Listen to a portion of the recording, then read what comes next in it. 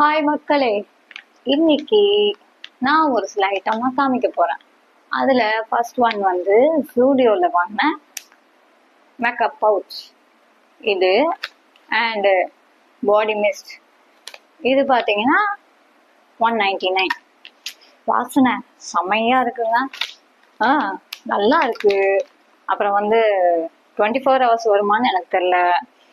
போனேன், இதை எப்படி சொல்றது, யதார்த்தமா போனேன். சரி, அப்படி என்னதான் ஐட்டம்லாம் போட்டிருக்காங்கன்னு பார்க்கறதுக்காக போனேன். அப்போ வந்து இதுவும் வாங்கினேன் ஆச்சா. அப்புறம் வந்து இது வந்து ஒரு மால்ல டைரி, குட்டி டைரி. ஆனா அந்த டைரியில ஒண்ணுமே இல்லை. இது எனக்கு பார்க்க வந்து அடக்கமா அழகா இருந்தது. அண்ட் பார்த்தீங்கன்னா அதுக்கு பெல்ட் எல்லாம் கொடுத்து பார்த்தீங்கன்னாலே தெரியும். இந்த மாதிரி ஒரு இது கொடுத்து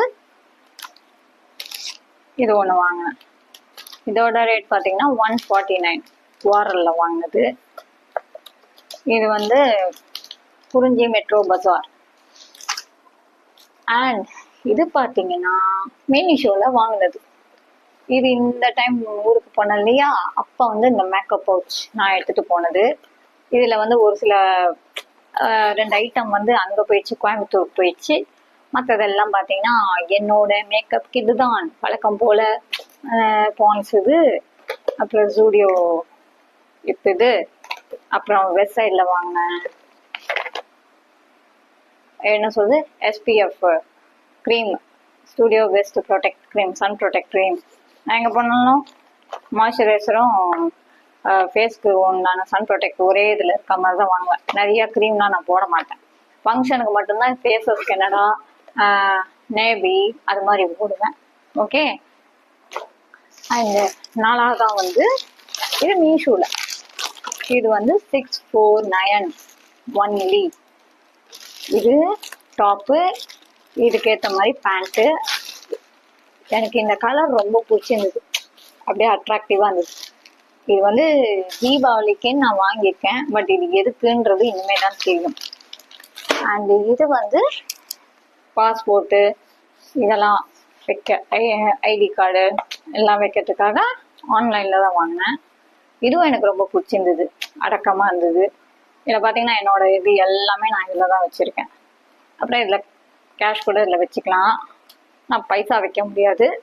ஓகே, ஒர்த்தானதுன்னு சொல்லலாம். ஆனால் என்ன, இன்னும் கொஞ்சம் பெருசாக இருந்தால் பேங்க் புக்கெல்லாம் வச்சுருக்கலாம்னு நான் ஆசைப்பட்டேன். பட் அது நடக்காது போல். ஓகே, அடுத்தது என்னன்னா இது வந்து ஒரு ஸ்லிங் பேக். இது வந்து நான் எங்கே வாங்கினேன்னா நவநீதாஸ்ல. ஜஸ்ட் வெறும் 90 rupees ஒன்லி, அவ்வளோதான். இது வந்து நான் வாங்கலை, எங்கள் அம்மா கண்ணில் தென்பட்டுச்சான்.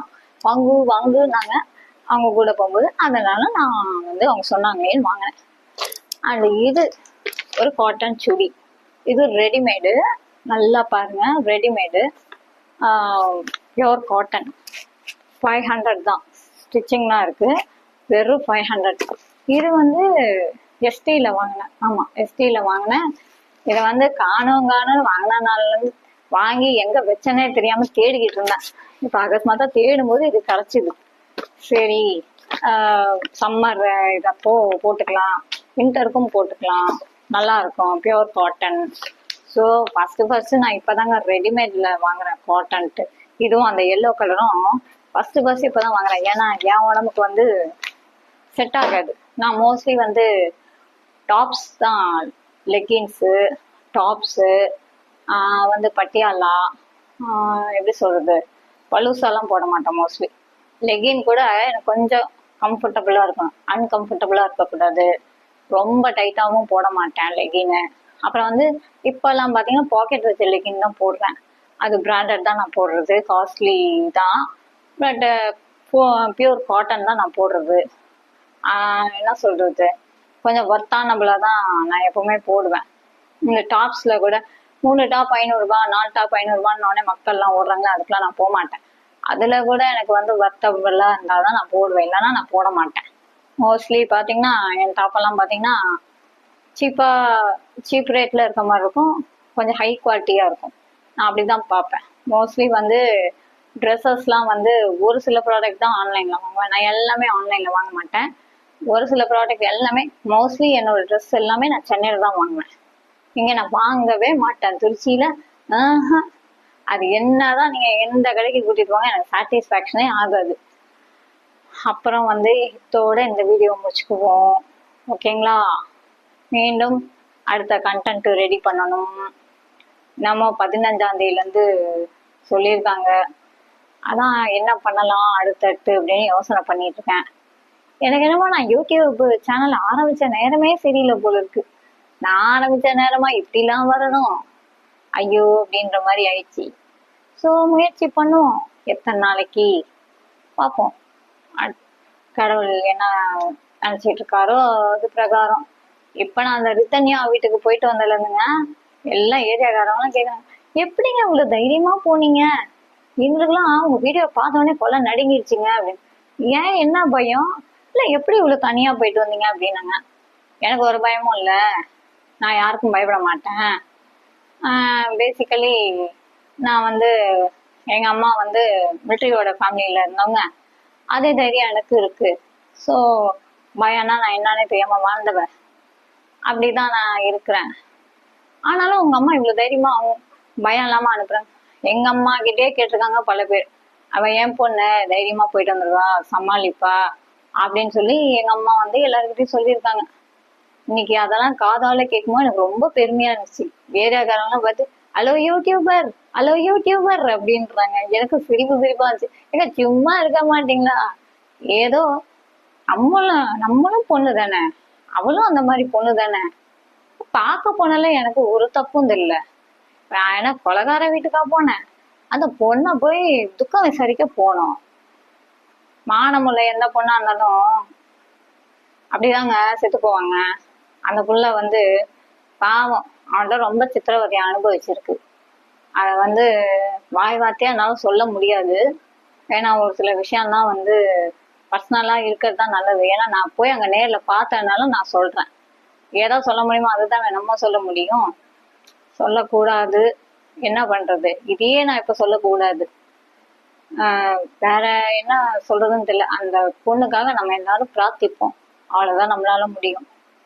மீண்டும் இந்த மாதிரி ரிதன்யா வந்துடக்கூடாது. இன்னொன்னு என்னன்னா, கல்யாணம் ஆனவங்களாம் இந்த மாதிரி ஒரு சில பேர் இருக்காங்க. ஆனா கல்யாணம் பண்ணிட்டு கூட இருக்க தம்பியோ இல்ல அக்காவோ அவங்களுக்குள்ள 1000 இருக்குங்க. வீட்டுக்குள்ள இப்போ தம்பி அக்கா இருக்காங்கன்னா 1000 இருக்கும். நேத்து வந்தவ வந்து முக்கியமா போச்சு, அம்மா அப்பா முக்கியம் இல்லைன்ட்டு ஒரு சில ஜென்மாலாம் இருக்குது இந்த காலத்துல. பொண்டாட்டி பேச்ச கேட்டுக்கிட்டு அப்படியும் சில ஜென்மம் இருக்கு. என்னத்த பண்றது? அவன் இன்னும் ஒன்றும் சொல்றதுக்கு இல்லை. மேலும் என்னென்ன நடக்குதோ நடக்கட்டும். நம்ம அவ்வளவுதான்.